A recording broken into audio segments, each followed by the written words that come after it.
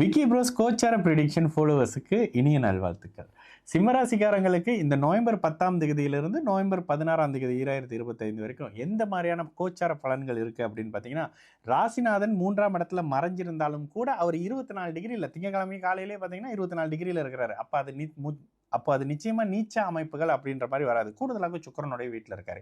அடுத்ததாக அவர் எட்டு வைக்கக்கூடிய அமைப்பு அப்படின்னு பார்த்தீங்கன்னா அவருடைய நட்பு ஸ்தானம், அதிநட்பு ஸ்தானம்னு கூட சொல்லலாம். அந்த வீட்டில் தான் போறாரு. அப்போ பெரிய அளவுக்கான சங்கடங்கள் சிம்மராசிக்காரங்களுக்கு சொல்ல போனால் இந்த 1.5-2 மாசத்துக்கு இருக்காதுங்க. உங்களுக்கு கடுமையான பலன் எங்க இருக்கு? அஷ்டம சனியோட அமைப்புகள்ல சனி ஒரு மாதிரியான 8ஆம் இடத்துல இருந்து தசையை நடத்திக்கிட்டு இருக்கக்கூடிய தன்மைகள்ல இப்பொழுது சனி சாந்தம் உச்ச குருவின் வீட்டில் உச்ச குருவின் பார்வையில இருக்கிறாரு.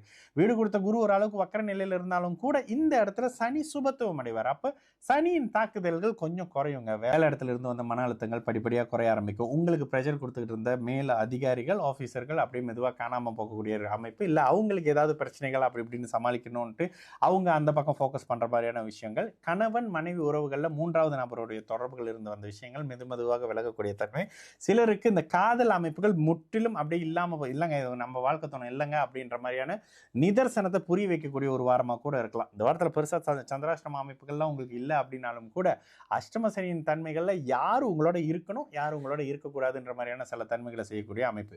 கூடுதலாக உங்களுடைய ஜாதகத்தின் 4ஆம் அதிபதி வலுத்து இருக்கக்கூடிய அமைப்பு, 4ஆம் இடம் குருவின் பார்வையில் இருக்கக்கூடிய அமைப்பு, 8-12ஆம் பாவகங்கள் வலுத்து இருக்கக்கூடிய அமைப்புகள்னு சிலருக்கு வெளிநாடு வெளி மாநிலங்கள் அமைப்புகள்ல படிப்பு சார்ந்த மாணவர்களுக்கு 4ஆம் பாவகம் வலுத்துட்டாலே படிப்புகள்ல இருந்து வந்த தடைகள் படிப்படியாக விலகக்கூடிய அமைப்பு, வெளிநாட்டுல இருந்து ஒரு கோர்ஸ் அப்ளை பண்ணா அது கிடைக்கக்கூடிய அமைப்பு அப்படின்ற மாதிரியான தன்மை இருக்கும்.